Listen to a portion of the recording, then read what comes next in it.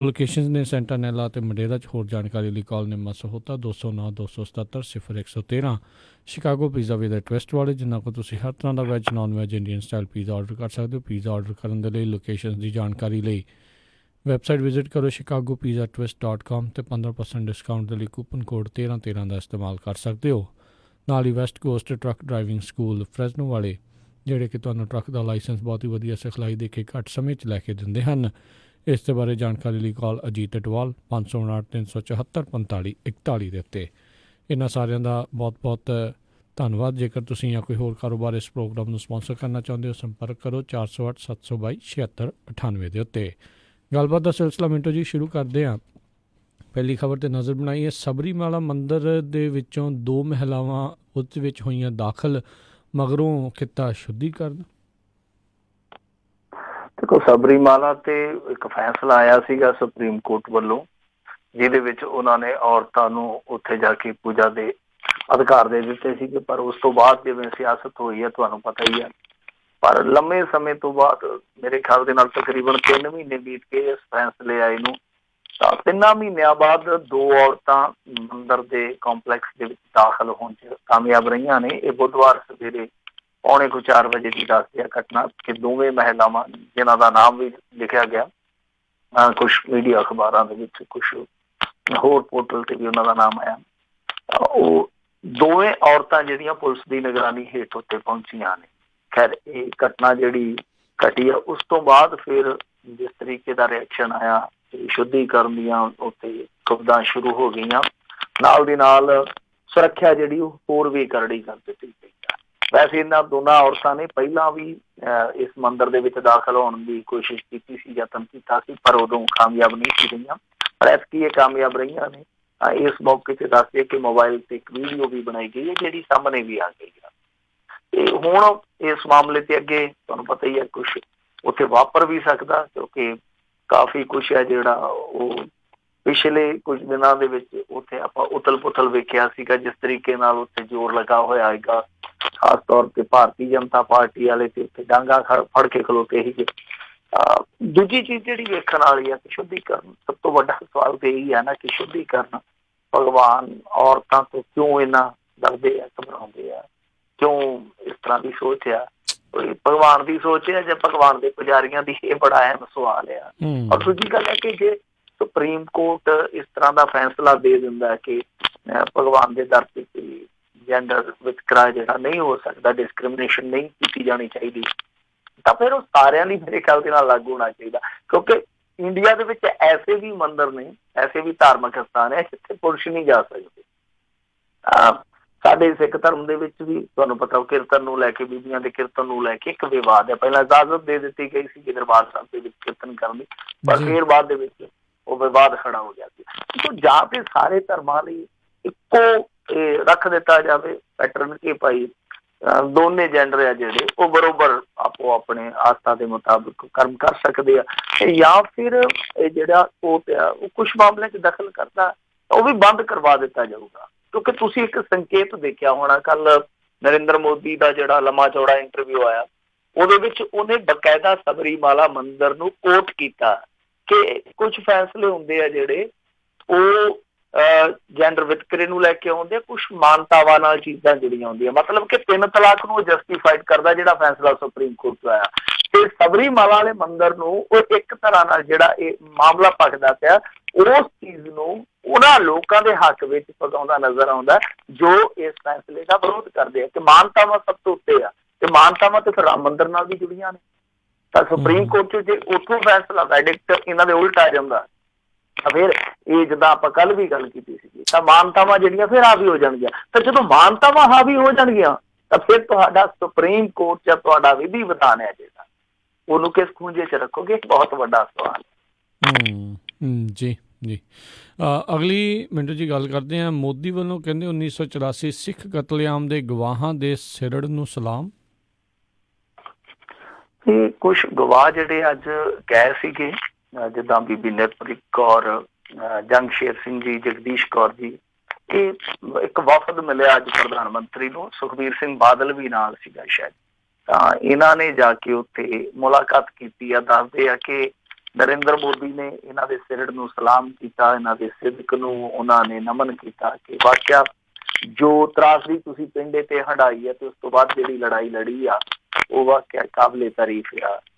ਤੇ ਇਹ ਜਿਹੜਾ ਵਫਦ ਸੀਗਾ, ਇਹਦਾ ਉੱਥੇ ਮਿਲਣ ਦਾ ਮੋਟਿਵ ਜਿਹੜਾ ਮੰਤਵ ਸੀਗਾ ਉਹ ਇਹੋ ਸੀਗਾ ਕਿ ਇਹਨਾਂ ਗਵਾਹਾਂ ਦੀ ਹੁਣ ਸੁਰੱਖਿਆ ਜਿਹੜੀ ਉਹ ਯਕੀਨੀ ਬਣਾਈ ਜਾਵੇ। ਵੈਸੇ ਤੇ ਧਮਕੀਆਂ ਇਹਨਾਂ ਨੂੰ ਪਹਿਲਾਂ ਹੀ ਮਿਲਦੀਆਂ ਸੀਗੀਆਂ, ਪਰ ਦੂਸਰੀ ਮੰਗ ਪ੍ਰਧਾਨ ਸਾਹਿਬ ਨੇ ਯਾਨੀ ਅਕਾਲੀ ਦਲ ਦੇ ਪ੍ਰਧਾਨ ਸੁਖਬੀਰ ਸਿੰਘ ਬਾਦਲ ਨੇ ਇਹ ਰੱਖੀ ਆ ਕਿ ਜਿਹੜੀਆਂ ਸਕੀਮਾਂ ਰਾਜੀਵ ਗਾਂਧੀ ਦੇ ਨਾਂ ਤੇ ਚੱਲਦੀਆਂ ਉਹਨਾਂ ਸਕੀਮਾਂ ਦਾ ਨਾਮ ਵੀ ਬਦਲਿਆ ਜਾਵੇ। ਤਾਂ ਇਹ ਗੱਲ ਆਪਾਂ ਉਦਣ ਕਹੀ ਸੀਗੀ ਜਿੱਦਣ ਇਹਨਾਂ ਨੇ ਕਾਲ ਖਮਾਲੀ ਆ ਕਿ ਤੁਹਾਨੂੰ ਕੇਂਦਰ ਤੱਕ ਪਹੁੰਚ ਕਰਨੀ ਚਾਹੀਦੀ ਆ ਤੁਸੀਂ ਬੁੱਤਾਂ ਤੇ ਕਾਲ ਖਮਲ ਕੇ ਕੀ ਖੱਟ ਲੋਗੇ। ਇਸ ਤਰ੍ਹਾਂ ਦੀ ਕਾਲਖ ਹੈ ਜਿਹੜੀ ਉਹਨਾਂ ਨੇ ਸੁਖਬੀਰ ਬਾਦਲ ਦੇ ਪੋਸਟਰਾਂ ਤੇ ਮਲ ਦਿੱਤੀ, ਕੱਲ ਨੂੰ ਕੋਈ ਹੋਰ ਕਿਸੇ ਦੇ ਮਲ ਦੂਗਾ।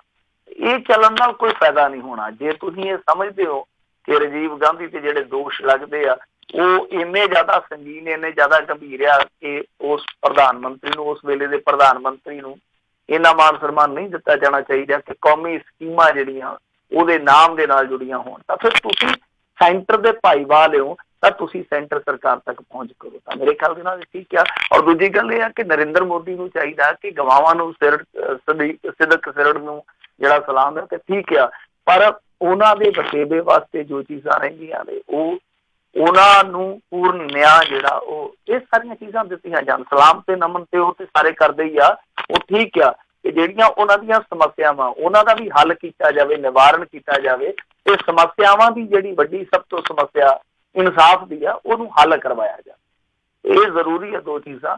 ਖੈਰ ਇਸ ਮੁਲਾਕਾਤ ਤੋਂ ਬਾਅਦ ਕੁਛ ਬੀਬੀਆਂ ਨੇ ਬਾਈਟਸ ਵੀ ਦਿੱਤੀਆਂ ਨੇ ਮੀਡੀਆ ਨੂੰ। ਉਹਨਾਂ ਨੇ ਕਿਹਾ ਕਿ ਨਰਿੰਦਰ ਮੋਦੀ ਨੇ ਬਹੁਤ ਸੁਖਾਵੇਂ ਮਾਹੌਲ ਦੇ ਵਿੱਚ ਇਹ ਮੁਲਾਕਾਤ ਕੀਤੀ ਹੈ, ਬੜਾ ਆਪਣਾਪਨ ਦਿਖਾਇਆ। ਉਹ ਠੀਕ ਆ, ਪਰ ਇਹ ਚੀਜ਼ਾਂ ਜਿਹੜੀਆਂ ਨੇ ਜਿੱਦਾਂ ਪੁਨਰ ਵਸੇਬੇ ਨਾਲ ਜੁੜੀਆਂ ਚੀਜ਼ਾਂ ਨੇ ਜਾਂ ਨਿਆਂ ਨਾਲ ਚੀਜ਼ਾਂ ਜੁੜੀਆਂ ਨੇ ਤੇ ਇਹਨਾਂ ਦਾ ਹੱਲ ਜਿਹੜਾ ਉਹ ਜ਼ਰੂਰੀ ਆ। ਜੀ। ਤੇ ਮਿੰਟੂ ਜੀ, ਤੁਹਾਨੂੰ ਇੱਦਾਂ ਨਹੀਂ ਲੱਗ ਰਿਹਾ ਵੀ ਜਿੱਦਾਂ ਹੁਣ ਇਹ ਜਿਉਂ-ਜਿਉਂ ਇਲੈਕਸ਼ਨਾਂ ਨਜ਼ਦੀਕ ਆ ਰਹੀਆਂ ਸਿੱਖਾਂ ਨੂੰ ਆਪਣੇ ਵੱਲ ਕਰਨ ਦੀ ਜਿਹੜੀ ਕਾਫੀ ਜ਼ਿਆਦਾ ਹੁਣ ਕੋਸ਼ਿਸ਼ ਕਰ ਰਹੇ ਨੇ? ਇਹ ਤੇ 100% ਹੋ ਰਹੀ ਹੈ ਤੇ ਆਪਾਂ ਨੂੰ ਪਤਾ ਹੀ ਹੈ। ਜਿਸ ਦਿਨ ਫੈਸਲਾ ਆਇਆ ਸੀ, ਫੈਸਲੇ ਨੂੰ ਵੀ ਕੁਛ ਲੋਕ ਜੋੜ ਰਹੇ ਸੀਗੇ, ਕੁਛ ਲੋਕ ਨਹੀਂ ਬਹੁਤ ਲੋਕ ਜੋੜ ਰਹੇ ਸੀਗੇ। ਤਾਂ ਫਿਰ ਉਸ ਤੋਂ ਬਾਅਦ ਕਰਤਾਰਪੁਰ ਲਾਂਘੇ ਵਾਲਾ ਮਸਲਾ ਆ ਗਿਆ। ਫਿਰ ਕਰਤਾਰਪੁਰ ਲਾਂਘੇ ਤੋਂ ਬਾਅਦ ਹੁਣ ਧੰਨਵਾਦ ਰੈਲੀ ਜਿਹੜੀ ਇਹਨਾਂ ਨੇ ਰੱਖੀ ਆ।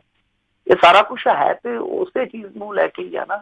ਜੋ ਚੀਜ਼ ਆਪਾਂ ਦੇਖਦੇ ਹਾਂ ਕਿ ਭਾਰਤੀ ਰਾਜਨੀਤੀ ਜੀ ਦੇ ਆਲੇ ਦੁਆਲੇ ਘੁੰਮਦੀ ਆ ਵੋਟ, ਤਾਂ ਫਿਰ ਕ੍ਰੈਡਿਟ ਵਾਰ ਜਿਹੜੀ ਆਪਾਂ ਦੇਖੀ ਸੀ ਕਿ ਭਾਰਤੀ ਜਨਤਾ ਪਾਰਟੀ ਅਕਾਲੀ ਦਲ ਵਰਸੇਜ ਕਾਂਗਰਸ ਕਰਤਾਰਪੁਰ ਲਾਂਘੇ ਦੀ, ਉਹ ਵੀ ਤੇ ਇੱਕ ਇਸੇ ਹੀ ਕਵਾਇਦ ਦਾ ਹਿੱਸਾ ਸੀਗਾ। ਇਹ ਸਾਰਾ ਕੁਛ ਕੀਤਾ ਜਾ ਰਿਹਾ, ਜਿਸ ਤਰੀਕੇ ਨਾਲ ਇਸ ਨੂੰ ਦੁਹਰਾਇਆ ਜਾ ਰਿਹਾ, ਫਿਰ ਮੀਡੀਆ ਦੇ ਵਿੱਚ ਫੈਲਾਇਆ ਜਾ ਰਿਹਾ, ਉਹ ਇਸੇ ਕੜੀ ਦਾ ਹੀ ਹਿੱਸਾ ਹੈ। ਇਹ ਤੇ ਠੀਕ ਆ, ਪਰ ਚਲੋ ਇਹਦੇ ਵਿੱਚ ਕੁਝ ਚੀਜ਼ਾਂ ਠੀਕ ਵਾਪਰਦੀਆਂ ਪਈਆਂ ਨੇ ਤੇ ਚੰਗਾ, ਕੋਈ ਮਾੜੀ ਗੱਲ ਨਹੀਂ ਹੈ। ਕਿਉਂਕਿ ਵੋਟ ਤੇ ਇਹਨਾਂ ਨੇ ਇਸ ਹੱਥ ਨਾਲ ਨਹੀਂ ਉਸ ਹੱਥ ਨਾਲ ਲੈ ਜਾਣੀ ਆ। ਵੋਟ ਤੇ ਲਿਜਾਣੀ ਆ ਕਿਸੇ ਤਰੀਕੇ ਨਾਲ, ਕਿਸੇ ਨਾ ਕਿਸੇ ਸਿਆਸੀ ਤਨਜ਼ੀਮ ਨੇ ਲੈ ਜਾਣੀ ਆ। ਕੌਮੀ ਪੱਧਰ ਤੇ ਜਿੱਦਾਂ ਦੋ ਹੀ ਹੱਥ ਆ, ਇੱਕ ਸੱਜਾ ਇੱਕ ਖੱਬਾ, ਕੋਈ ਇੱਧਰ ਵੱਜ ਕੇ ਉੱਧਰ ਮੁੜ ਜੂ, ਕੋਈ ਉੱਧਰੋਂ ਵੱਜ ਕੇ ਇੱਧਰ ਮੁੜ ਜੂਗਾ। ਵੋਟ ਤੇ ਜਾਣੀ ਆ। ਜੇ ਸਿੱਖਾਂ ਦਾ ਕਿਸੇ ਮਾਮਲੇ ਦੇ ਵਿੱਚ ਕੋਈ ਪੱਖ ਪੂਰਿਆ ਜਾਂਦਾ ਤੇ ਮਾੜੀ ਗੱਲ ਨਹੀਂ ਹੈ, ਪਰ ਇਹ ਹੋ ਇਸੇ ਕਰਕੇ ਰਿਹਾ ਕਿਉਂਕਿ ਅਕਾਲੀ ਦਲ ਹੈ ਜਿਹੜਾ ਉਹ ਹਾਸ਼ੀਏ ਤੇ ਚੱਲ ਗਿਆ ਸੀਗਾ ਪੰਜਾਬੀ ਰਾਜਨੀਤੀ ਦੇ ਵਿੱਚ। ਤਾਂ ਉਹਨੂੰ ਉਠਾਉਣ ਵਾਸਤੇ ਖੁਦ ਅਕਾਲੀ ਦਲ ਉੱਠਣ ਵਾਸਤੇ ਜੇ ਯਤਨ ਕਰਦਾ ਪਿਆ ਤਾਂ ਉਹਦੇ ਵਿੱਚ ਇਹ ਜਿਹੜੇ ਪੰਥਕ ਮੁੱਦੇ ਆ, ਸਿੱਖਾਂ ਦੇ ਕਤਲੇਆਮ ਦੇ ਮੁੱਦੇ ਆ, ਇਹ ਸਾਰੇ ਮੁੱਦੇ ਆ ਜਿਹੜੇ ਇਹ ਇਹਨਾਂ ਵਾਸਤੇ ਇੱਕ ਤਰ੍ਹਾਂ ਨਾਲ ਕਹਿ ਲਈਏ ਕਿ ਬੂਸਟ ਦਾ ਕੰਮ ਜ਼ਰੂਰ ਕਰਦੇ ਆ, ਕਿਤੇ ਨਾ ਕਿਤੇ ਜ਼ਰੂਰ ਕਰਦੇ, ਮੰਨਣ ਜਾਂ ਨਾ ਮੰਨਣ। ਜੀ। ਅਗਲੀ ਗੱਲ ਕਰਦੇ, ਕਹਿੰਦੇ ਕੈਪਟਨ ਵੱਲੋਂ ਨੌਜਵਾਨਾਂ ਨੂੰ ਸਮਾਰਟਫੋਨ ਦੇਣ ਦੀ ਹਰੀ ਝੰਡੀ। ਹੁਣ ਇਹਨਾਂ ਲਈ ਵੀ ਤਾਂ ਇਲੈਕਸ਼ਨਾਂ ਲੱਗ ਗਈ ਆ। ਸਾਰੇ ਪਾਸੇ ਇਸ ਤਰ੍ਹਾਂ ਹੋਣਾ। ਹੁਣ ਤੇ ਖੇਤਰੀ ਪਾਰਟੀਆਂ ਜਿਹੜੀਆਂ ਉਹ ਆਪੋ ਆਪਣੇ ਰਾਜਾਂ ਦੇ ਵਿੱਚ ਜਿੱਥੇ ਜਿੱਥੇ ਉਹ ਰਾਜ ਕਰਦੀਆਂ ਇਸ ਤਰ੍ਹਾਂ ਦੇ ਸ਼ਗੂਫੇ ਵੀ ਛੱਡਣਗੀਆਂ, ਇਸ ਤਰ੍ਹਾਂ ਦੇ ਉਹ ਫਿਰ ਜਿਹੜੇ ਵਾਅਦੇ ਕੀਤੇ ਥੋੜੇ ਬਹੁਤੇ ਪੂਰਿਆ ਵੀ ਕਰਨਗੀਆਂ। ਤਾਂ ਇਹਨਾਂ ਨੇ ਜਿਹੜਾ ਸਮਾਰਟਫੋਨ ਦੇਣ ਦਾ ਬਹੁਤ ਲੰਬੇ ਸਮੇਂ ਤੋਂ ਲਾਰਾ ਲਾਇਆ ਸੀਗਾ, ਅਖੀਰ ਉਹਨੂੰ ਇਹ ਸੱਚ ਕਰਨ ਜਾਣ ਡਏ ਆ। ਤਾਂ ਸੱਚ ਜਦੋਂ ਇਹ ਕਰਨ ਜਾਣ ਡਏ ਆ ਤਾਂ ਇਹਦੇ ਵਿੱਚ ਇਹਨਾਂ ਨੇ ਕੁਛ ਸ਼ਰਤਾਂ ਰੱਖ ਦਿੱਤੀਆਂ। ਮਤਲਬ ਕਿ ਜਿਵੇਂ ਆਂਦੇ ਹੁੰਦੇ ਆ ਨਾ ਆਪਣੇ ਕਿ ਦੁੱਧ ਵੀ ਦੇਣਾ ਪਰ ਮੀਂਗਣਾ ਘੋਲ ਘੋਲ ਕੇ। ਜਿਹੜਾ ਇਹਨਾਂ ਨੇ ਸਮਾਰਟਫੋਨ ਵਾਲਾ ਵਾਅਦਾ ਪੂਰਾ ਕਰਨਾ, ਵੈਸੇ ਤੇ 2 ਸਾਲ ਤੇ ਉਦਾਂ ਹੀ ਇਹਨਾਂ ਦੇ ਬੀਤ ਗਏ। ਕਹਿੰਦੇ ਕਿ ਮਾਰਚ ਤੋਂ ਬਾਅਦ ਅਸੀਂ ਇਹ ਵਾਅਦਾ ਜਿਹੜਾ ਪੂਰਾ ਕਰਾਂਗੇ, ਪਰ ਇਹਦੇ ਵਿੱਚ ਵੀ ਕੁਛ ਸ਼ਰਤਾਂ ਉਹਨਾਂ ਨੇ ਲਾ ਦਿੱਤੀਆਂ। ਮਸਲਨ ਇੱਕ ਤੇ ਇਹ ਆ ਕਿ ਜਿਹੜੇ ਵਿਦਿਆਰਥੀ ਸਮਾਰਟਫੋਨ ਲੈਣਾ ਚਾਹੁੰਦੇ ਹੋ ਸਰਕਾਰੀ ਸਕੂਲਾਂ ਕਾਲਜਾਂ ਤੇ ਹੋਰ ਤਕਨੀਕੀ ਅਦਾਰਿਆਂ ਤੋਂ, ਤਕਨੀਕੀ ਅਦਾਰਿਆਂ ਤੋਂ ਪਾਸ ਹੋਣ ਵਾਲੇ ਵਿਦਿਆਰਥੀਆਂ ਉਹਨਾਂ ਨੂੰ ਜ਼ਰੂਰੀ ਆ, ਮਤਲਬ ਕਿ ਸਿਰਫ ਸਟੂਡੈਂਟਾਂ ਨੂੰ। ਫਿਰ ਜਿਹੜੇ ਐਫੀਡੇਵਿਟ ਦੇਣਗੇ, ਜਾਂ ਹੁਣ ਤੇ ਐਫੀਡੇਵਿਟ ਵੈਸੇ ਹੈ ਨਹੀਂ ਗੇ, ਸਵੈ ਘੋਸ਼ਣਾ ਪੱਤਰ ਹੀ ਆ ਜਿਹੜੇ, ਉਹ ਦੇਣਗੇ ਕਿ ਅਸੀਂ ਪੜ੍ਹਦੇ ਹਾਂ ਜਾਂ ਇਹਨਾਂ ਅਦਾਰਿਆਂ ਤੋਂ ਪਾਸ ਆਊਟ ਆ, ਤਾਂ ਉਹਨਾਂ ਨੂੰ ਮਿਲਣਗੇ। ਫਿਰ ਨਾਲ ਕਹਿੰਦੇ ਆ ਕਿ ਇਹਨਾਂ ਸਮਾਰਟਫੋਨਾਂ ਦੇ ਵਿੱਚ 12 GB ਡਾਟਾ ਹੋਊਗਾ, 600 ਮਿੰਟ ਲੋਕਲ ਵਾਇਸ ਕਾਲਿੰਗ ਹੋਊਗੀ। ਤਾਂ ਉਸ ਤੋਂ ਬਾਅਦ ਜਦੋਂ ਇਹ ਪੈਕੇਜ ਖਤਮ ਹੋ ਜਾਊਗਾ, ਸਾਲ ਕੁ ਦਾ ਹੋਣਾ, ਤਾਂ ਉਸ ਤੋਂ ਬਾਅਦ ਫਿਰ ਰੀਚਾਰਜ ਹੈ ਜਿਹੜਾ ਉਹ ਪਹਿਲੇ ਕਰਾਉਣਾ ਪਊਗਾ। ਤਾਂ ਪਹਿਲੀ ਗੱਲ ਇਹ ਆ ਕਿ ਜਿੰਨਿਆਂ ਦੇ ਇਹਨਾਂ ਨੇ ਫਾਰਮ ਭਰਾਏ ਸੀਗੇ ਉਹਨਾਂ ਸਾਰਿਆਂ ਨੂੰ ਨਾ ਤੇ ਨੌਕਰੀ ਮਿਲੀ ਹੈ, ਨਾ ਹੁਣ ਸਾਰਿਆਂ ਨੂੰ ਸਮਾਰਟਫੋਨ ਮਿਲਣਾ। ਦੂਜੀ ਚੀਜ਼ ਇਹ ਆ ਕਿ ਸਮਾਰਟਫੋਨ ਤੇ ਤਕਰੀਬਨ ਹਰੇਕ ਨੌਜਵਾਨ ਕੋਲ ਹੈ ਹੀ ਆ। ਜੇ ਕੁਛ ਇੱਦਾਂ ਦਾ ਕਰਨਾ ਸੀਗਾ ਤਾਂ ਗਰੀਬ ਸਟੂਡੈਂਟਾਂ ਨੂੰ ਕੋਈ ਲੈਪਟਾਪ ਵਗੈਰਾ ਜਾਂ ਜਿੱਦਾਂ ਬਰੋਡਬੈਂਡ ਦੇ ਕਨੈਕਸ਼ਨ ਆ ਇਸ ਤਰ੍ਹਾਂ ਦੇ ਦਿੱਤੇ ਜਾਂਦੇ ਤਾਂ ਉਹ ਠੀਕ ਸੀਗਾ। ਉਹ ਆਪਾਂ ਕਹਿ ਸਕਦੇ ਹਾਂ ਕਿ ਉਹ ਬਹੁਤ ਵਧੀਆ ਚੀਜ਼ ਆ ਕਿ ਗਰੀਬ ਦਾ ਬੱਚਾ ਵੀ ਆ ਜਿਹੜਾ ਉਹ ਇਸ ਗਲੋਬਲ ਪਿੰਡ ਦਾ ਵਾਸੀ ਬਣ ਸਕੇ, ਜਿਹਨੂੰ ਆਪਾਂ ਅੱਜ ਕਹਿੰਦੇ ਹਾਂ ਕਿ ਇੰਟਰਨੈਟ ਦੇ ਮਾਰਫਤ ਇਹ ਦੁਨੀਆ ਜਿਹੜੀ ਉਹ ਗਲੋਬਲ ਪਿੰਡ ਬਣ ਜਾਂਦੀ ਆ। ਤਾਂ ਉਹ ਚੀਜ਼ ਮੇਰੇ ਖਿਆਲ ਦੇ ਨਾਲ ਵਧੀਆ ਸੀਗਾ। ਪਰ ਇਹ ਚੀਜ਼ਾਂ ਜਿਹੜੀਆਂ ਨੇ ਹੁਣ ਜਿੱਦਾਂ ਸਮਾਰਟਫੋਨ ਦੇਖ ਲਓ ਕਿੱਥੋਂ ਤੋਰਿਆ ਇਹਨਾਂ ਨੇ ਵਾਅਦਾ, ਤੇ 2 ਸਾਲਾਂ ਬਾਅਦ ਜਦੋਂ ਇਲੈਕਸ਼ਨ ਲੱਗ ਗਏ ਆ ਗਿਆ ਹੁਣ ਨੌਜਵਾਨਾਂ ਨੂੰ ਰੁਝਾਉਣ ਤੁਰ ਪਏ। ਪਰ ਇਹ ਜਿਹੜੀਆਂ ਸਕੀਮਾਂ ਜੇ ਆਪਾਂ ਓਵਰਆਲ ਦੇਖੀਏ ਇੱਕ ਤਰ੍ਹਾਂ ਨਾਲ ਇਹ ਰਿਸ਼ਵਤ ਆ, ਸਿੱਧੇ ਤੌਰ ਤੇ ਰਿਸ਼ਵਤ ਆ, ਵੋਟਾਂ ਦੀ ਖਰੀਦੋ ਫਰੋਖਤ ਆ। ਕਿਉਂਕਿ ਦਾਅਵੇ ਕਰਦੇ ਨੇ, ਜਿੱਦਾਂ ਮੈਂ ਅੱਗੇ ਵੀ ਕਿਹਾ ਕਿ ਜੈ ਲਲਿਤਾ ਨੇ ਤੇ ਚੱਕ ਕੇ ਵਾਸ਼ਿੰਗ ਮਸ਼ੀਨਾਂ ਵੀ ਦੇ ਦਿੱਤੀਆਂ ਸੀ ਲੋਕਾਂ ਨੂੰ, ਕਿ ਟੈਕਸ ਪੇਅਰ ਦੇ ਪੈਸੇ ਚ ਜਾਣਾ ਹੈ ਨਾ। ਤੁਸੀਂ ਵਾਅਦਾ ਕਰਦੇ ਹੋ, ਜੇ ਉਸ ਵਾਅਦੇ ਨੂੰ ਪੂਰਾ ਕਰਨਾ, ਵਾਅਦਾ ਪੂਰਾ ਕਰ ਰਹੇ ਹੋ ਤਾਂ ਤੁਸੀਂ ਤਾਂ ਵੀ ਟੈਕਸ ਪੇਅਰ ਦੇ ਪੈਸਿਆਂ ਦਾ ਜਿਹੜਾ ਉਹ ਉੱਥੇ ਲੁਟਾਵਾ ਕਰਦੇ ਹੋ। ਹੁਣ ਜਦੋਂ ਤੁਸੀਂ ਵਾਅਦਾ ਕਰਦੇ ਹੋ ਉਦੋਂ ਇਹ ਸੋਚ ਕੇ ਨਹੀਂ ਕਰਦੇ ਕਿ ਅਸੀਂ ਸੱਤਾ ਚਾਹਾਂਗੇ ਤਾਂ ਅਸੀਂ ਖਜ਼ਾਨੇ ਨੂੰ ਕਿੱਦਾਂ ਚਲਾਉਣਾ। ਬਸ ਤੁਹਾਡਾ ਕਿ ਤੁਸੀਂ ਸੱਤਾ ਚ ਆ ਜਾਂਦੇ, ਤਾਂ ਜਦੋਂ ਪੂਰਾ ਕਰਦੇ ਹੋ ਤਾਂ ਉਦੋਂ ਲੋਕਾਂ ਦੇ ਪੈਸੇ ਨਾਲ ਪੂਰਾ ਕਰਦੇ। ਮਾਲਕਾਂ ਦਾ ਮਸ਼ਹੂਰੀ ਕੰਪਨੀ, ਸੱਤਾ ਤੁਹਾਡੇ ਕੋਲ ਆ ਗਈ, ਝੂਠ ਮਾਰ ਕੇ ਲਾਰੇ ਲਾ ਕੇ, ਔਰ ਪੂਰਾ ਕਰ ਰਹੇ ਹੋ ਟੈਕਸ ਪੇਅਰ ਦੇ ਪੈਸੇ ਨਾਲ। ਹੁਣ ਲੋਕ ਕੀ ਚਾਹੁੰਦੇ ਆ ਕਿ ਇਹਨਾਂ ਸਮਾਰਟਫੋਨਾਂ ਨੂੰ ਦਿੱਤਾ ਜਾਵੇ ਜਾਂ ਨਾ ਦਿੱਤਾ ਜਾਵੇ, ਇਹਦੇ ਬਾਰੇ ਕੋਈ ਸਰਵੇ ਨਹੀਂ, ਕੋਈ ਆਮ ਰਾਏ ਨਹੀਂ, ਕੋਈ ਲੋਕ ਰਾਏ ਨਹੀਂ ਕਿ ਕੀ ਲੋਕ ਰੁਜ਼ਗਾਰ ਚਾਹੁੰਦੇ ਨੌਜਵਾਨਾਂ ਨੂੰ ਕਿ ਸਮਾਰਟਫੋਨ ਚਾਹੁੰਦੇ। ਸੋ ਇਹ ਚੀਜ਼ਾਂ ਜਿਹੜੀਆਂ ਨੇ ਇਹ ਵੇਖਣ ਦਾ ਵਿਸ਼ਾ, ਸੋਚਣ ਦਾ ਵਿਸ਼ਾ। ਇਹ ਬਹੁਤ ਵੱਡੇ ਵੱਡੇ ਸ਼ਗੂਫੇ ਛੱਡਦੇ ਨੇ। ਫਿਰ ਉਸ ਤੋਂ ਬਾਅਦ ਜੇ ਤੁਸੀਂ ਸੱਤਾ ਚੋਂ, ਜਿੱਦਾਂ ਆਪਾਂ ਦੇਖਿਆ ਸੀਗਾ KCR ਨੇ ਤੇਲੰਗਾਨਾ ਦੇ ਵਿੱਚ ਕੀਤਾ, ਬਹੁਤ ਵੱਡੀਆਂ ਰੈਟਾਂ ਦਿੱਤੀਆਂ ਲੋਕਾਂ ਨੂੰ ਸਰਕਾਰੀ ਖਜ਼ਾਨੇ ਤੋਂ। ਫਿਰ ਜੇ ਇੱਧਰ ਆਪਾਂ ਕੈਪਟਨ ਅਮਰਿੰਦਰ ਸਿੰਘ ਦਾ ਦੇਖੀਏ ਤਾਂ ਉਹਨਾਂ ਨੇ ਬਹੁਤ ਵੱਡੇ ਵੱਡੇ ਲੋਲੀਪੌਪ ਦਿੱਤੇ। ਤਾਂ ਜਦੋਂ ਪੂਰੇ ਕਰਨ ਦੀ ਵਾਰੀ ਆਈ ਆ ਤਾਂ ਉਹਨਾਂ ਪੂਰੇ ਕਰਨ ਲਈ ਜਿਹੜੇ ਸੋਮੇ ਚਾਹੀਦੇ ਸੀਗੇ, ਜਿਹਨਾਂ ਨੂੰ ਆਪਾਂ ਪੈਸਿਆਂ ਦੇ ਆਰਥਿਕ ਵਸੀਲੇ, ਆਰਥਿਕ ਸੋਮੇ ਜਿਹੜੇ ਪੈਦਾ ਕਰਨੇ ਸੀ, ਉਹ ਨਹੀਂ ਕੀਤੇ, ਬਲਕਿ ਇਹ ਐਕਸਟਰਾ ਬੋਝ ਪੈ ਰਿਹਾ ਪੰਜਾਬ। ਤੁਸੀਂ ਆਪ ਹੀ ਅੰਦਾਜ਼ਾ ਲਾ ਲਓ ਕਿ ਸਾਡਾ ਸਿਰ ਸਾਡੀਆਂ ਜੁੱਤੀਆਂ ਵਾਲਾ ਹਿਸਾਬ ਕਿਤਾਬ ਹੈ। ਪਰ ਇਹ ਕੰਮ ਕਦੋਂ ਕੁ ਤੱਕ ਚੱਲੂਗਾ? ਸੋਚਣ ਵਾਲੀ ਗੱਲ ਹੈ, ਵਿਚਾਰਨ ਵਾਲੀ ਗੱਲ ਹੈ। ਜੀ, ਅਗਲੀ ਗੱਲ ਕਰਦੇ ਹਾਂ ਪੱਤਰਕਾਰ ਕਤਲ ਕੇਸ ਮਾਮਲੇ ਦੇ ਵਿੱਚ ਜਿਹੜਾ ਗੁਰਮੀਤ ਰਾਮ ਰਹੀਮ ਆ ਉਸ ਦੇ ਬਾਰੇ ਫੈਸਲਾ 11 ਨੂੰ। ਇਹ ਫੈਸਲਾ ਰਾਖਵਾਂ ਰੱਖ ਲਿਆ ਤਾਂ 11 ਨੂੰ ਸੁਣਾਇਆ ਜਾਊਗਾ। ਜੇ ਉਹ ਦੋਸ਼ੀ ਪਾਇਆ ਜਾਂਦਾ ਤੇ ਫਿਰ ਉਹਦੀ ਮੇਰੇ ਖਿਆਲ ਨਾਲ ਅਗਲੀ ਕਾਰਵਾਈ ਤਾਂ ਜਿਹੜੀ ਉਹ ਬਹੁਤੀ ਕਰਨ ਦੀ ਜ਼ਰੂਰਤ ਨਹੀਂ, ਕਿਉਂਕਿ ਆਲਰੇਡੀ ਉਹ ਜੇਲ੍ਹ ਦੇ ਵਿੱਚ ਆ। ਜੇ ਬਰੀ ਹੋ ਜਾਂਦਾ ਤਾਂ ਵੀ ਕੋਈ ਫਰਕ ਨਹੀਂ ਪੈਣਾ, ਕਿਉਂਕਿ ਪਹਿਲੇ ਕੇਸਾਂ ਦੇ ਵਿੱਚ ਉਹ ਸਜ਼ਾ ਯਾਫਤਾ। ਸੋ 11 ਨੂੰ ਫੈਸਲਾ ਸੁਣਾਇਆ ਜਾਊਗਾ। ਜੇ ਦੋਸ਼ੀ ਕਰਾਰ ਦਿੱਤਾ ਜਾਂਦਾ, ਜੇਲ੍ਹ ਦੇ ਵਿੱਚ ਹੈ ਹੀ ਆ, ਉਹ ਇੱਕ ਐਕਸਟਰਾ ਸਜ਼ਾ ਨਾਲ ਜੁੜ ਜੂਗੀ। ਫਿਰ ਬਾਅਦ ਦੇ ਵਿੱਚ ਉਹਦੇ ਕੋਲ ਇੱਕ ਆਪਸ਼ਨ ਹੋਊਗਾ, ਕਰੰਟ ਕਰਵਾ ਸਕਦਾ। ਉਹ ਕਰੰਟ ਹੁੰਦੀ ਹੈ ਜਾਂ ਨਹੀਂ ਹੁੰਦੀ, ਉਹ ਇੱਕ ਵੱਖਰਾ ਵਿਸ਼ਾ। ਕੋਰਟ ਦੇ ਵਿੱਚ ਇੱਕ ਅਲੱਗਾ ਕੇਸ ਚੱਲਦਾ। ਕਰੰਟ ਦਾ ਮਤਲਬ ਹੁੰਦਾ ਕਿ ਸਾਰੀਆਂ ਸਜ਼ਾਵਾਂ ਫਿਰ ਇਕੱਠੀਆਂ ਹੋ ਜਾਂਦੀਆਂ। ਦੋਸ਼ੀ ਆ ਜਿਹੜਾ ਉਹ ਕਹਿ ਦਿੰਦਾ ਕਿ ਸਾਰੀਆਂ ਸਜ਼ਾਵਾਂ ਮੇਰੀਆਂ ਇਕੱਠੀਆਂ ਕਰ ਦਿੱਤੀਆਂ ਜਾਣ, ਉਹ ਫਿਰ ਇੱਕ ਸਜ਼ਾ ਹੋ ਜਾਂਦੀ ਹੈ। ਜਿਹੜੀ ਵੱਡੀ ਸਜ਼ਾ ਹੁੰਦੀ ਹੈ, ਜਿੱਦਾਂ ਉਮਰ ਕੈਦ ਹੋ ਗਈ, ਤਾਂ ਉਹ ਫਿਰ ਸਾਰੀਆਂ ਸਜ਼ਾਵਾਂ ਜਿਹੜੀਆਂ ਉਹ ਕਰੰਟ ਚੱਲਣ ਲੱਗ ਜਾਂਦੀਆਂ। ਤਾਂ ਇਹ ਮਾਮਲਾ ਜਿਹੜਾ ਉਹ ਤੁਹਾਨੂੰ ਪਤਾ ਹੀ ਹੈ ਕਿ ਪੱਤਰਕਾਰ ਸੀਗੇ, ਬਹੁਤ ਤਕੜੇ ਪੱਤਰਕਾਰ, ਰਾਮ ਚੰਦਰ ਛਤਰਪਤੀ ਜੀ, ਜਿਹੜੇ ਆਪਣਾ ਅਖਬਾਰ ਚਲਾਇਆ ਕਰਦੇ ਸੀਗੇ, ਔਰ ਉਸ ਅਖਬਾਰ ਦਾ ਨਾਮ ਵੀ ਸ਼ਾਇਦ ਪੂਰਾ ਸੱਚ ਸੀਗਾ। ਤਾਂ ਉਹਨਾਂ ਨੇ ਸੱਚ ਨੂੰ ਪੂਰਿਆਂ ਕਰਕੇ ਦਿਖਾਇਆ। ਉਸ ਸਮੇਂ ਦੇ ਵਿੱਚ ਜਦੋਂ ਇਹਦੀ ਡਾਢੀ ਦਹਿਸ਼ਤ ਸੀਗੀ ਸਰਸੇ ਦੇ ਵਿੱਚ, ਤਾਂ ਉਹਨਾਂ ਨੇ ਗੁਮਨਾਮ ਚਿੱਠੀ ਜਿਹੜੀ ਛਾਪੀ ਸੀ ਆਪਣੇ ਅਖਬਾਰ ਦੇ ਵਿੱਚ। ਬਾਅਦ ਦੇ ਵਿੱਚ ਕਤਲ ਕਰ ਦਿੱਤਾ ਗਿਆ ਸੀਗਾ। ਜਦੋਂ ਕਾਤਲ ਫੜੇ ਗਏ ਤਾਂ ਉਹ ਇਹਨਾਂ ਡੇਰੇ ਵਾਲਿਆਂ ਦੇ ਖਾਸ ਨਿਕਲੇ। ਜਿੱਥੋਂ ਗੱਲ ਫਿਰ ਨਿਕਲਦੀ ਇਹੀ ਨਿਕਲੀ ਕਿ ਇਹ ਡੇਰੇ ਦੀ ਸਾਜ਼ਿਸ਼ ਸੀਗੀ, ਇਹ ਡੇਰੇਦਾਰ ਹੈ ਜਿਹੜਾ ਉਹਦੇ ਵਿੱਚ ਸ਼ਾਮਲ ਸੀਗਾ। ਤਾਂ ਇਹ ਕੇਸ ਜਿਹੜਾ ਇਹ ਲੜਿਆ ਸੀਗਾ ਅੰਸ਼ੁਲ, ਉਹਦਾ ਮੁੰਡਾ ਛਤਰਪਤੀ ਜੀ ਦਾ, ਅੰਸ਼ੁਲ ਨੇ ਸਾਰਾ ਕੇਸ ਲੜਿਆ। ਔਰ ਬਹੁਤ ਉਹਨਾਂ ਦੀ ਘਾਲਣਾ ਹੈ, ਕਿਤੇ ਇੰਟਰਵਿਊ ਕਰਿਓ ਉਹਨਾਂ ਦੇ ਨਾਲ, ਤੁਹਾਨੂੰ ਦੱਸਣਗੇ ਸਾਰੀਆਂ ਗੱਲਾਂ ਖੋਲ ਕੇ। ਬੜੀ ਘਾਲਣਾ ਘਾਲੀ ਆ। ਉਹਨਾਂ ਨੇ ਇੱਕ ਲੜਾਈ ਲੜੀ ਆ, ਉਸ ਲੜਾਈ ਦਾ ਹੁਣ ਨਤੀਜਾ ਕੀ ਨਿਕਲਦਾ ਇਹ 11 ਤਰੀਕ ਨੂੰ ਪਤਾ ਲੱਗੂਗਾ। ਤੇ ਜੱਜ ਉਹੀ ਆ ਜਿਹਨੇ ਇਹਨੂੰ ਅੱਗੇ ਸਜ਼ਾ ਦਿੱਤੀ ਸੀ, ਤਾਂ ਇਮਕਾਨ ਇਹੋ ਹੀ ਆ ਕਿ ਇਹਨੂੰ ਰਾਹਤ ਮਿਲਣ ਦੇ ਆਸਾਰ ਬੜੇ ਘੱਟ ਆ। ਪਰ ਫਿਰ ਵੀ ਕਾਨੂੰਨੀ ਨੁਕਤੇ ਪਤਾ ਨਹੀਂ ਕਿਹੜੇ ਨੁਕਤੇ ਨੇ ਫਿੱਕੇ ਪੈ ਜਾਣਾ, ਕਿਹੜੇ ਨੁਕਤੇ ਨੇ ਗਾੜਾ ਹੋ ਜਾਣਾ, ਪਰ ਉਮੀਦ ਕੀਤੀ ਜਾ ਰਹੀ ਆ ਕਿ ਇਹਨੂੰ ਰਾਹਤ ਜਿਹੜੀ ਆ ਉਹ ਨਹੀਂ ਮਿਲੇ। ਬਹੁਤ ਸਾਰੇ ਲੋਕ ਆ ਜਿਹੜੇ ਇਹ ਗੱਲ ਕਹਿੰਦੇ, ਪਰ ਇਹਦੇ ਪੈਰੋਕਾਰ ਕਹਿੰਦੇ ਆ ਕਿ ਨਹੀਂ, ਸਭ ਕੁਛ ਸਤਿਗੁਰੂ ਨੇ ਠੀਕ ਕਰ ਦੇਣਾ ਤੇ ਇਹ ਸਾਡੇ ਪਿਤਾ ਜੀ ਆ ਜਿਹੜੇ ਆ ਜਾਣਗੇ। ਹੁਣ ਦੇਖਦੇ ਆ ਕਿ ਕਿਹਦੇ ਉਮੀਦਾਂ 'ਚ ਜ਼ਿਆਦਾ ਅਸਰ ਹੁੰਦਾ ਜਾਂ ਦੁਆਵਾਂ 'ਚ ਅਸਰ ਹੁੰਦਾ, ਪਰ ਮੇਰੇ ਖਿਆਲ ਦੇ ਨਾਲ ਬਹੁਤਾ ਫਰਕ ਨਹੀਂ ਪੈਣਾ। ਜੇ ਮੰਨ ਲਓ ਇਸ ਕੇਸ ਦੇ ਵਿੱਚੋਂ ਬਰੀ ਵੀ ਹੋ ਜਾਂਦਾ ਤਾਂ ਦੂਸਰੇ ਕੇਸ ਜਿਹੜੇ ਆ ਉਹਨੂੰ ਬਾਹਰ ਨਹੀਂ ਆਉਣ ਦੇਣਗੇ। ਜੀ ਜੀ।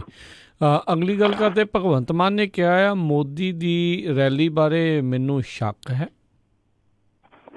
ਇਹਨੇ ਸ਼ੱਕ ਇਹ ਆ ਕਿਤੇ ਗੁਰਦਾਸਪੁਰ ਦਾ ਨਾਮ ਬਦਲ ਕੇ ਗੁਰਦਰਸ਼ਨਪੁਰ ਨਾ ਕਰ ਜਾਣ, ਇਹਨਾਂ ਦਾ ਕੋਈ ਪਤਾ ਨਹੀਂ ਹੈਗਾ, ਕਿਉਂਕਿ ਨਾਮ ਜਿਹੜੇ ਆ ਉਹ ਬੜੀ ਜਲਦੀ ਬਦਲਦੇ। ਸੋ ਮਾਨ ਸਾਹਿਬ ਨੇ ਇਹੋ ਹੀ ਖਦਸ਼ਾ ਪ੍ਰਗਟਾਇਆ, ਕਹਿੰਦੇ ਆ ਕਿ ਇਹਨਾਂ ਦਾ ਕੋਈ ਪਤਾ ਨਹੀਂ ਗਾ, ਗੁਰਦਾਸਪੁਰ ਦਾ ਨਾਮ ਬਦਲਣ ਦਾ ਕੋਈ ਐਲਾਨ ਕਰ ਜਾਣ।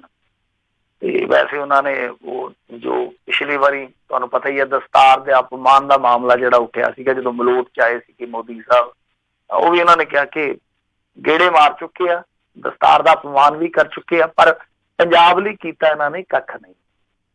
ਤੇ ਨਾਲ ਇੱਕ ਭਗਵੰਤ ਮਾਨ ਨੇ ਹੋਰ ਬੜੀ ਵੱਡੀ ਗੱਲ ਕਹੀ ਆ, ਜਿਹੜੀ ਕਿ ਆਪਾਂ ਵੀ ਕੱਲ ਵਿਚਾਰੀ ਸੀਗੀ। ਉਹ ਕਹਿੰਦੇ ਆ ਕਿ ਜਿਹੜਾ ਇੰਟਰਵਿਊ ਆਇਆ ਨਵੇਂ ਸਾਲ ਦੇ ਮੌਕੇ ਤੇ ਬੜਾ ਸੋਚ ਸਮਝ ਕੇ ਤਿਆਰ ਕੀਤਾ ਗਿਆ, ਤੇ ਜਿਹੜਾ ਨਰਿੰਦਰ ਮੋਦੀ ਆ ਉਹ ਮੀਡੀਆ ਨੂੰ ਕੋਈ ਸਿੱਧਾ ਇੰਟਰਵਿਊ ਦੇਣ ਤੋਂ ਟਾਲਾ ਵੱਟਦਾ। ਕਹਿਣ ਦਾ ਭਾਵ ਆ ਕਿ ਇੰਟਰਵਿਊ ਜਿਹੜੀ ਆ ਉਹ ਫਿਕਸ ਆ।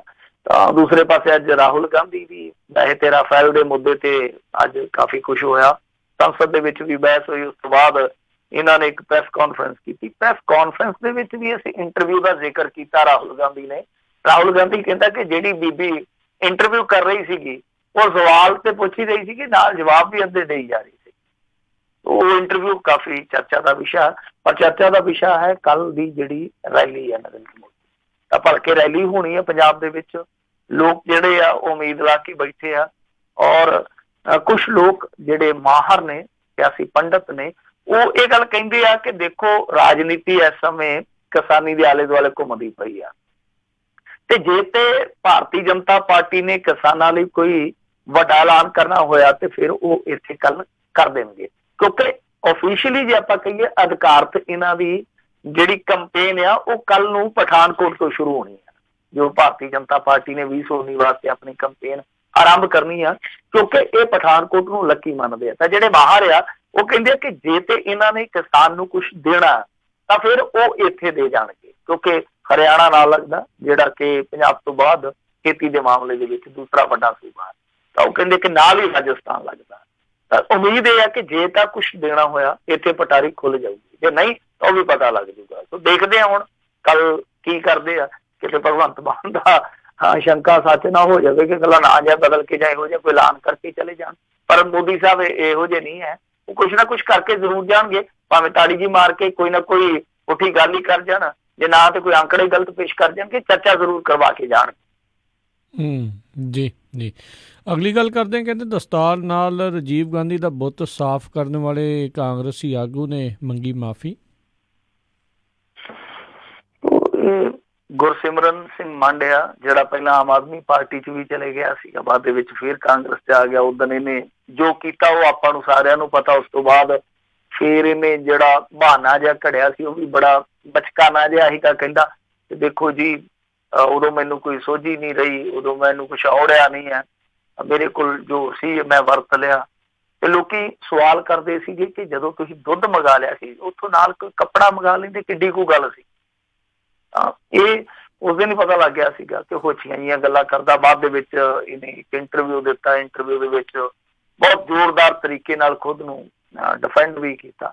ਉਸ ਤੋਂ ਬਾਅਦ ਵਿਰੋਧਤਾ ਬੜੀ ਵੱਡੇ ਪੱਧਰ ਤੇ ਹੋਈ ਹੈ। ਸੋ ਮੰਡ ਨੇ ਅੱਜ ਕਿਹਾ ਕਿ ਜੇਕਰ ਇਸ ਕੰਮ ਨਾਲ ਜੋ ਉਹਨੇ ਕੀਤਾ ਕਿਸੇ ਦੀਆਂ ਧਾਰਮਿਕ ਭਾਵਨਾਵਾਂ ਨੂੰ ਠੇਸ ਪਹੁੰਚੀ ਆ ਤਾਂ ਉਹ ਮਾਫੀ ਮੰਗਦੇ ਆ, ਉਹ ਸੱਚੇ ਸਿੱਖ ਹਨ ਤੇ ਕਿਸੇ ਵੀ ਸਿੱਖ ਦੀਆਂ ਭਾਵਨਾਵਾਂ ਨੂੰ ਠੇਸ ਨਹੀਂ ਪਹੁੰਚਾਉਣਾ ਚਾਹੁੰਦੇ। ਮਤਲਬ ਉਹਨਾਂ ਦਾ ਕਹਿਣਾ ਇਹੋ ਹੀ ਆ ਕਿ ਮੈਂ ਕਿਸੇ ਦੀਆਂ ਭਾਵਨਾਵਾਂ ਨੂੰ ਆਹਤ ਨਹੀਂ ਕਰਨਾ ਚਾਹੁੰਦਾ, ਜੇ ਠੇਸ ਪਹੁੰਚੀ ਆ ਤੇ ਮੈਂ ਉਹਦੇ ਲਈ ਖਿਮਾ ਜਾ ਸਕਿਆ। ਤਾਂ ਮੇਰੇ ਖਿਆਲ ਦੇ ਨਾਲ ਗੱਲ ਨਿਬੜੀ ਆ, ਕਿਉਂਕਿ ਕਿਸੇ ਨੇ ਇਹਦੀ ਅਕਾਲ ਤਖਤ ਤੇ ਸ਼ਿਕਾਇਤ ਮੇਰੇ ਖਿਆਲ ਦੇ ਨਾਲ ਨਹੀਂ ਕੀਤੀ। ਜੇ ਨਹੀਂ ਕੀਤੀ ਤੇ ਉਹਨੇ ਜਨਤਕ ਤੌਰ ਤੇ ਮਾਫੀ ਮੰਗ ਲਈ ਤੇ ਠੀਕ ਠਾਕ ਆ, ਪਰ ਗਾਂ ਤੋਂ ਇਹਨੂੰ ਖਿਆਲ ਰੱਖਣ ਦੀ ਜ਼ਰੂਰਤ ਆ। ਦੂਜੀ ਇੱਕ ਚੀਜ਼ ਹੋਰ ਵੀ ਆ ਦੂਸਰੇ ਪੱਖ ਤੋਂ, ਇਹਨੇ ਤੇ ਗਲਤੀ ਕੀਤੀ ਆ, ਇਹਨੇ ਤੇ ਗਲਤੀ ਕੀ ਬੜਾ ਵੱਡਾ ਗੁਨਾਹ ਕੀਤਾ ਜਿਸ ਤਰੀਕੇ ਨਾਲ ਰਫਤਾਰ ਇਹਨੇ ਉੱਥੇ ਰੋਲੀ ਆ। ਤਾਂ ਦੂਸਰੇ ਪਾਸੇ ਜਿਹੜੇ ਲੋਕ ਸੋਸ਼ਲ ਮੀਡੀਆ ਤੇ ਵਿਰੋਧਤਾ ਕਰਦੇ ਆ ਤਾਂ ਉਹਨਾਂ ਨੂੰ ਵੀ ਲਿਆਕਤ ਦਾ ਥੋੜਾ ਜਿਹਾ ਸੰਗਲ ਫੜਨਾ ਚਾਹੀਦਾ। ਇੰਨੀਆਂ ਗੰਦੀਆਂ ਗਾਲਾਂ ਕੱਢਣੀਆਂ, ਇੰਨਾ ਬਕਵਾਸ ਕਰਨਾ ਮੇਰੇ ਖਿਆਲ ਦੇ ਨਾਲ ਠੀਕ ਨਹੀਂ ਹੈ। ਜਦੋਂ ਕੋਈ ਬੰਦਾ ਇਸ ਤਰ੍ਹਾਂ ਗਲਤੀ ਕਰਦਾ ਤਾਂ ਤੁਸੀਂ ਉਹਦੇ ਵੀ ਲੈਵਲ ਤੋਂ ਥੱਲੇ ਜਾ ਕੇ ਵਿਰੋਧਤਾ ਕਰਦੇ ਹੋ ਤਾਂ ਉਹ ਵੀ ਠੀਕ ਨਹੀਂ ਹੈ। ਸੋ ਵਿਰੋਧ ਦੀ ਵੀ ਇੱਕ ਮਰਿਆਦਾ ਜਿਹੜੀ ਉਹ ਰੱਖਣੀ ਚਾਹੀਦੀ ਹੈ। ਠੀਕ ਹੈ, ਇਹੋ ਜਿਹੀਆਂ ਗੱਲਾਂ ਦਾ ਵਿਰੋਧ ਹੋਣਾ ਲਾਜ਼ਮੀ ਆ, ਪਰ ਵਿਰੋਧ ਦੀ ਇੱਕ ਮਰਿਆਦਾ, ਵਿਰੋਧ ਦੀ ਇੱਕ ਲਿਆਕਤ ਵੀ ਹੋਣੀ ਚਾਹੀਦੀ ਆ। ਮਾਫ ਕਰਨਾ, ਜਦੋਂ ਇਸ ਤਰ੍ਹਾਂ ਦਾ ਮਾਮਲਾ ਆਉਂਦਾ ਗੁਰੂ ਨਾਨਕ ਦੇ ਜਿਹੜੇ ਸਿੱਖ ਆ ਜਦੋਂ ਇਸ ਤਰ੍ਹਾਂ ਦਾ ਉੱਥੇ ਵਿਖਾ ਕਰਦੇ, ਇੱਕ ਪਾਸੇ ਉਹ ਗੱਲ ਕਰਦੇ ਆ ਕਿ ਅਸੀਂ ਸਿੱਖੀ ਦੇ ਵਾਰਸ ਆ, ਅਸੀਂ ਸਿੱਖੀ ਸਿਧਾਂਤਾਂ ਦੇ ਪੈਰੋਕਾਰ ਆ, ਤਾਂ ਦੂਸਰੇ ਪਾਸੇ ਇਸ ਲੈਵਲ ਤੇ ਜਾ ਕੇ ਜਦੋਂ ਵਿਰੋਧਤਾ ਕਰਦੇ ਆ ਤਾਂ ਉਦੋਂ ਦੁੱਖ ਹੁੰਦਾ। ਇੱਕ ਸਾਹਮਣੇ ਵਾਲਾ ਤੇ ਹੋਇਆ ਹੈ, ਤਾਂ ਦੂਸਰੇ ਪਾਸੇ ਜਿਹੜੇ ਲੋਕ ਸਿਆਣੇ ਬਹਿਣੇ ਆ ਉਹ ਵੀ ਉਸ ਪੱਧਰ ਤੇ ਪਹੁੰਚ ਜਾਣੇ, ਠੀਕ ਨਹੀਂ ਹੈ। ਵਰਤਾਰਾ ਇਹ ਵੀ ਸੂਤ ਕਰਨ ਦੀ ਜ਼ਰੂਰਤ ਆ। ਜੀ ਜੀ, ਅਗਲੀ ਗੱਲ ਕਰਦੇ ਹਾਂ। ਪੰਜਾਬ ਸਰਕਾਰ ਦੇ ਦਾਅਵੇ ਦੀ ਜਿਹੜੀ CM ਤੇ ਹੈਲਥ ਮਿਨਿਸਟਰ ਦੇ ਸ਼ਹਿਰ ਦੇ ਵਿੱਚ ਹਵਾ ਨਿਕਲੀ ਆ।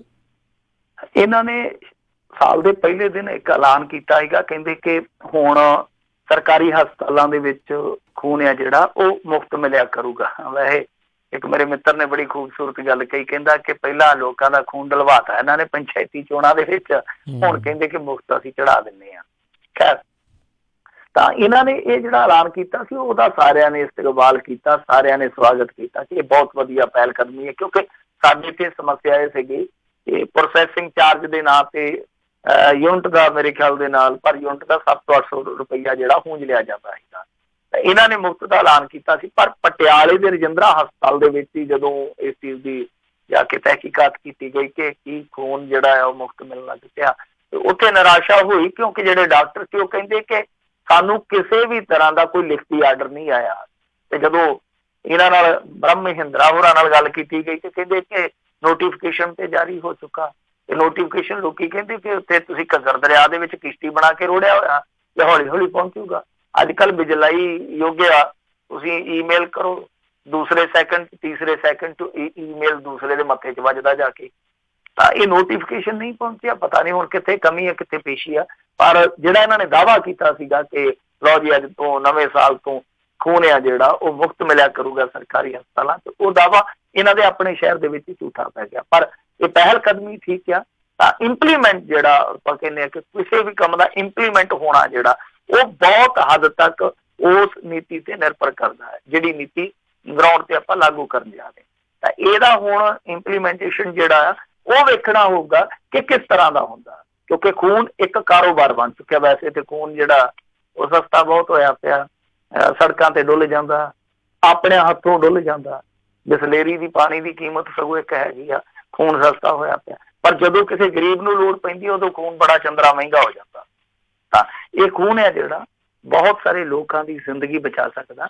ਜ਼ਰੂਰਤ ਇਸ ਗੱਲ ਦੀ ਆ ਕਿ ਇਹਨੂੰ ਇੰਪਲੀਮੈਂਟ ਚੰਗੀ ਤਰ੍ਹਾਂ ਕੀਤਾ ਜਾਵੇ। ਜਿਹੜਾ ਫੈਸਲਾ ਲਿਆ ਨਾ ਠੀਕ ਲਿਆ। ਜੀ ਜੀ, ਅਗਲੀ ਜਿਹੜੀ ਆਪਾਂ ਮਿੰਟੂ ਜੀ ਗੱਲ ਕਰਦੇ ਹਾਂ, ਕਹਿੰਦੇ ਕੱਲ ਕੇਜਰੀਵਾਲ ਕਰੇਗਾ ਡਿਪਲੋਮੈਸੀ ਲਾਂਚ। ਨਹੀਂ, ਲੰਚ ਤੇ ਡਿਪਲੋਮੈਸੀ ਕਰੇਗਾ, ਲੰਚ ਡਿਪਲੋਮੈਸੀ, ਕਿਉਂਕਿ ਲੰਚ ਤੇ ਬੁਲਾਇਆ ਇਹਨਾਂ ਨੇ ਜੀ। ਸੋ ਇਹ ਜਿਹੜੇ ਇਹਨਾਂ ਦੇ ਆਪਣੇ ਵਿਧਾਇਕ ਆ ਉਹ ਉੱਥੇ ਜਾਣਗੇ ਦਿੱਲੀ ਦੇ ਵਿੱਚ। ਦੱਸਦੇ ਆ ਕਿ ਉਸ ਤੋਂ ਬਾਅਦ ਫਿਰ ਇਹ ਉੱਥੇ ਗੁਰਮੰਤਰ ਦੇਊਗਾ ਕਿ ਆ ਹੁਣ ਤੁਸੀਂ ਕੁਛ ਕਰਨਾ। ਮਤਲਬ ਕਿ ਉੱਥੇ ਪੂਰਾ ਵਿਉਂਤਬੰਦੀ ਵਾਲਾ ਚਿੱਠਾ ਜਿਹੜਾ ਉਹ ਅਰਵਿੰਦ ਕੇਜਰੀਵਾਲ ਇਹਨਾਂ ਨੂੰ ਥਮਾ ਦੂਗਾ ਕਿ ਲਓ ਭਾਈ ਇਹ ਲਾਗੂ ਕਰ ਦਿਓ ਜਾ ਕੇ ਪੰਜਾਬ 'ਚ। ਸੁਣਨ ਦੇ ਵਿੱਚ ਆਇਆ ਕਿ ਇਹਨਾਂ ਨੂੰ ਕੁਛ ਲੋਕਾਂ ਨੂੰ ਮੁਹੱਲਾ ਕਲੀਨਿਕ ਜਾਂ ਜਿਹੜੇ ਉਹਨਾਂ ਦੇ ਮਾਡਲ ਸਕੂਲ ਆ ਉਹਨਾਂ ਦੇ ਵਿੱਚ ਵੀ ਲਿਜਾਇਆ ਜਾਊਗਾ ਤਾਂ ਕਿ ਉਹ ਬਿਹਤਰ ਤਰੀਕੇ ਨਾਲ ਆ ਕੇ ਪੰਜਾਬ ਦੇ ਵਿੱਚ ਉਸ ਚੀਜ਼ ਦਾ ਪ੍ਰਚਾਰ ਕਰ ਸਕਣ। 3 ਰੈਲੀਆਂ ਨੇ ਉਹਦੇ ਵਿੱਚ, ਬਰਨਾਲੇ ਵਾਲੀ ਜਗ੍ਹਾ ਤੇ ਮੁਕਰਰ ਆ, ਬਾਕੀ ਜਿਹੜੀਆਂ ਰਹਿੰਦੀਆਂ ਮਾਝੇ ਤੇ ਦੁਆਬੇ ਦੀਆਂ 2 ਰੈਲੀਆਂ ਉਹ ਥਾਂ ਵੀ ਮੁਕਰਰ ਕੀਤੀ ਜਾਊਗੀ। ਸੋ ਕੱਲ ਲੰਚ ਤੇ ਬੁਲਾਇਆ ਗਿਆ, ਪਰ ਸੁਖਪਾਲ ਸਿੰਘ ਖਹਿਰੇ ਹੋਰੀ ਉਹਨਾਂ ਨੂੰ ਲੰਚ ਤੇ ਨਹੀਂ ਬੁਲਾਇਆ ਗਿਆ, ਕਹਿੰਦੇ ਕਿ ਤੁਹਾਡੇ ਲਈ ਖਾਣਾ ਨਹੀਂ ਹੈ। ਦੂਜਿਆਂ ਨੂੰ ਬੁਲਾਇਆ ਗਿਆ। ਤਾਂ ਕੱਲ ਤੋਂ ਕਹਿ ਸਕਦੇ ਹਾਂ ਕਿ ਆਮ ਆਦਮੀ ਪਾਰਟੀ ਦਾ ਵੀ ਚੁਣਾਵੀ ਬਿਗਲ ਹੈ ਜਿਹੜਾ ਉਹ ਵੱਜ ਜਾਊਗਾ। ਪਰ ਇਸ ਬਿਗਲ ਤੇ ਅੱਗੋਂ ਹੁੰਗਾਰਾ ਕਿੰਨਾ ਕੁ ਵੱਡਾ ਮਿਲਦਾ ਇਹ ਵੇਖਣਾ ਹੋਊਗਾ, ਕਿਉਂਕਿ ਅੱਗੇ ਤੇ ਉਹ ਦੌਰ ਸੀਗਾ ਕਿ ਜਦੋਂ ਇਸ ਤਰ੍ਹਾਂ ਮੀਟਿੰਗ ਸੱਦੀ ਜਾਂਦੀ ਸੀਗੀ ਤੇ ਲੋਕ ਟਿਕ ਹੀ ਲਾ ਲੈਂਦੇ ਸੀਗੇ ਕਿ ਹੁਣ ਕੀ ਹੋਣ ਜਾ ਰਿਹਾ। ਪਰ ਐਤਕੀ ਇਹੋ ਜਿਹੀਆਂ ਖਬਰਾਂ ਦਾ ਕੋਈ ਦੋਸ਼ ਨਹੀਂ ਹੈ। ਪਰ ਫਿਰ ਵੀ ਵੇਖਣਾ ਇਹ ਹੋਏਗਾ ਕਿ ਖੁੱਸਿਆ ਹੋਇਆ ਕਾਡਰ, ਰੁੱਸਿਆ ਹੋਇਆ ਕਾਡਰ, ਬਿਖਰੀ ਹੋਈ ਇਮੇਜ, ਇਹਨਾਂ ਸਾਰੀਆਂ ਚੀਜ਼ਾਂ ਨੂੰ ਠੀਕ ਕਰ ਪਾਉਂਦੇ ਆ ਜਾਂ ਫਿਰ ਭਾਣਾ ਮੰਨ ਕੇ ਇਹ ਕਹਿ ਦੇਣਗੇ ਕਿ ਕੋਈ ਗੱਲ ਨਹੀਂ ਜੀ, ਹੁਣ ਸਮਾਂ ਥੋੜਾ ਜਿਹਾ ਪੁੱਠਾ ਚੱਲਦਾ, 2022 ਦੇ ਵਿੱਚ ਵੇਖਾਂਗੇ, ਸਰਕਾਰ ਸਾਡੀ ਆਊਗੀ ਤੇ ਹੋ ਸਕਦਾ 100 ਸੀਟਾਂ ਵਾਲਾ ਵੀ ਦਾਅਵਾ ਹੋ ਜਾਵੇ। ਜੀ ਜੀ। ਤੇ ਮਿੰਟੂ ਜੀ, ਜਿਹੜਾ ਖੁਦ ਮੁਖਤਿਆਰੀ ਵਾਲੇ ਜਿਹੜਾ ਧੜਾ ਆ ਉਹਨਾਂ ਦੀ ਕੀ ਚਰਚਾ ਚੱਲ ਰਹੀ ਆ? ਦੇਖੋ, ਉਹਨਾਂ ਦੀ ਚਰਚਾ ਹਾਲ ਦੀ ਘੜੀ ਤੇ ਇਹੋ ਹੀ ਆ ਕਿ ਪਿੱਛੇ ਜੇ ਇੱਕ ਸਟੇਟਮੈਂਟ ਆਈ ਸੀ ਖਹਿਰਾ ਸਾਹਿਬ ਦੀ ਕਿ ਨਵੇਂ ਸਾਲ ਦੇ ਵਿੱਚ ਨਵੀਂ ਸੋਚ, ਉਸ ਤੋਂ ਬਾਅਦ ਇਮਕਾਨ ਇਹੋ ਹੀ ਆ ਕਿ ਇਹ ਆਪਣੀ ਪਾਰਟੀ ਦਾ ਗਠਨ ਕਰਨਗੇ। ਪਰ ਅੰਦਰ ਖਾਤੇ ਹੀ ਚੱਲਦਾ ਸਾਰਾ ਕੁਝ, ਬਾਹਰੀ ਤੌਰ ਤੇ ਨਹੀਂ ਦਿਖਾਈ ਦੇ ਰਿਹਾ। ਕਿਉਂਕਿ ਜੈ ਕਿਸ਼ਨ ਰੋੜੀ ਦਾ ਇੱਧਰ ਆ ਜਾਣਾ, ਫਿਰ ਆਮ ਆਦਮੀ ਪਾਰਟੀ ਵਾਲਿਆਂ ਵੱਲੋਂ ਇਹ ਕਹਿਣਾ ਕਿ 3-4 ਵਿਧਾਇਕ ਹੋਰ ਆ ਉਹਨੂੰ ਫਿਰਦੇ ਆ, ਉਹ ਕਿਤੇ ਨਾ ਕਿਤੇ ਮੇਰੇ ਖਿਆਲ ਦੇ ਨਾਲ ਉਹਨਾਂ ਦੇ ਜੋਸ਼ ਨੂੰ ਮੱਠਾ ਪਾ ਗਏ ਆ। ਹੁਣ ਜੋ ਵੀ ਉਹ ਕਰਨਗੇ ਬੜਾ ਵਿਉਂਤ ਕੇ ਕਰਨਗੇ, ਕਿਉਂਕਿ ਸਮਾਂ ਥੋੜਾ, ਜੇ ਕੋਈ ਸਟੈਪ ਗਲਤ ਚੁੱਕਿਆ ਜਾਂਦਾ ਤਾਂ ਫਿਰ ਉਹਦੀ ਭਰਪਾਈ ਨਹੀਂ ਹੋਊ। ਅਲਾਇੰਸ ਦੇ ਵਿੱਚ ਮੇਰੇ ਖਿਆਲ ਦੇ ਨਾਲ ਜਾਣਗੇ, ਇੱਕ ਅਲਾਇੰਸ ਬਣੂਗਾ ਜੋ ਇਮਕਾਨ ਆ, ਅਲਾਇੰਸ ਬਣੂਗਾ ਚਾਹੇ ਪਾਰਟੀ ਬਣ ਵੀ ਜਾਂਦੀ ਆ। ਅਲਾਇੰਸ ਕਿਹਦਾ ਜਿੱਦਾਂ ਬ੍ਰਹਮਪੁਰਾ ਬੈਂਸ ਬ੍ਰਦਰਸ ਤੇ ਹੈ ਹੀ ਹੈ, ਫਿਰ ਡਾਕਟਰ ਧਰਮਵੀਰ ਗਾਂਧੀ ਜਾਂ ਬਹੁਜਨ ਸਮਾਜ ਪਾਰਟੀ ਵਾਲੇ, ਹੋਰ ਕੌਣ ਆ ਸਕਦਾ ਇਹ ਵੇਖਣਾ ਦਿਲਚਸਪ ਹੋਊਗਾ। ਮਤਲਬ ਕਿ ਉਮੀਦ ਇਹੋ ਹੀ ਆ ਕਿ ਜਿਹੜਾ ਆਹ ਇਲੈਕਸ਼ਨ ਆ, ਹੋ ਸਕਦਾ ਕਿ ਤੀਸਰਾ ਫਰੰਟ, ਕਿਉਂਕਿ ਇੱਕ ਫਰੰਟ ਤੇ ਹੋ ਗਏ ਅਕਾਲੀ, ਦੂਸਰੇ ਫਰੰਟ ਤੇ ਕਾਂਗਰਸੀ, ਤਾਂ ਤੀਸਰੇ ਫਰੰਟ ਤੇ ਆਪ, ਤੇ ਫਿਰ ਨਾਲ ਇਹ ਆ ਗਿਆ ਤੁਹਾਡਾ, ਯਾਨੀ ਚੌਥਾ ਫਰੰਟ ਕਹਿ ਸਕਦੇ ਆ। ਤਾਂ ਚੌਥਾ ਫਰੰਟ ਇੱਕ ਬਣਨ ਦੇ ਇਮਕਾਨ ਆ। ਕੱਲੀ ਪਾਰਟੀ ਇਹ ਬਣਾ ਕੇ ਚੋਣ ਲੜਨਗੇ, ਐਸੀ ਗਲਤੀ ਮੇਰੇ ਖਿਆਲ ਦੇ ਨਾਲ ਨਹੀਂ ਕੀਤੀ ਜਾਊ। ਜੀ ਜੀ, ਬਹੁਤ ਬਹੁਤ ਮਿੰਟੂ ਜੀ ਤੁਹਾਡਾ ਧੰਨਵਾਦ, ਤੁਸੀਂ ਸਾਡੇ ਨਾਲ ਜਿਹੜੇ ਇਹਨਾਂ ਖਬਰਾਂ ਬਾਰੇ ਜਾਣਕਾਰੀਆਂ ਦਿੱਤੀਆਂ। ਅਗਲੀ ਵਾਰ ਤੱਕ ਲਈ ਮਿਹਰਬਾਨੀ, ਪਿਆਰ ਭਰੀ ਸਤਿ ਸ਼੍ਰੀ ਅਕਾਲ ਜੀ। ਸਤਿ ਸ਼੍ਰੀ ਅਕਾਲ ਜੀ। ਸਰੋਤਿਓ, ਇੱਥੇ ਹੀ ਸਾਡਾ ਅੱਜ ਦਾ ਪ੍ਰੋਗਰਾਮ ਸਮਾਪਤ ਹੈ। ਮਿਲਦੇ ਹਾਂ ਤੁਹਾਨੂੰ ਸਾਰਿਆਂ ਨੂੰ ਅਗਲੀ ਵਾਰ, ਉਦੋਂ ਤੱਕ ਲਈ ਪਿਆਰ ਸਤਿਕਾਰ ਸਨੇਕੀ ਜੀ, ਸਤਿ ਸ਼੍ਰੀ ਅਕਾਲ ਜੀ।